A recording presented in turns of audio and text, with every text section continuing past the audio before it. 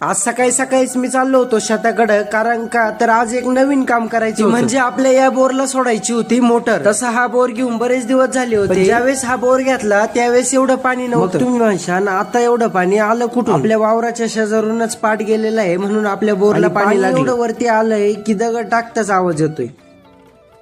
इथं माझं बोर मध्ये दगड टाकून आवाज घेण्याचं काम चालू होतं आणि इकडे पप्पांचं एक खोकं तयार करण्याचं. आणि या खोक्यात वायर जोडताना जेवढं डोकं लागत आहे ते कोणत्या इंजिनियर पेक्षा कमी नाही. कारण एक जरी वायर उलटी पालटी झाली तर लाखो रुपये खर्च करून आणलेल्या मोटरीचा जाळंदूर संगच होणार. आणि आता हे सगळं करून झाल्यावर फक्त मोटरच खाली सोडायची राहिली होती. आणि इथं आपले पैप पण तयार होते नाक दाबून पाण्यात जाण्यासाठी. आणि आपल्या मराठी संस्कृतीत कोणत्याही शुभ कामाची सुरुवात नारळ फोडल्यानेच होती. आणि मग या बोरच्या कडालाच गणपती बाप्पांना विराजमान करून त्यांचं दर्शन घेतो. आणि आता मुख्य प्रोसेसला सुरुवात होती ते म्हणजे बोर सोडण्याच्या. आणि हे सगळं केल्यानंतर फायनल रिझल्ट आता तुमच्या समोर आहे. मी तुम्हाला सांगितलं होतं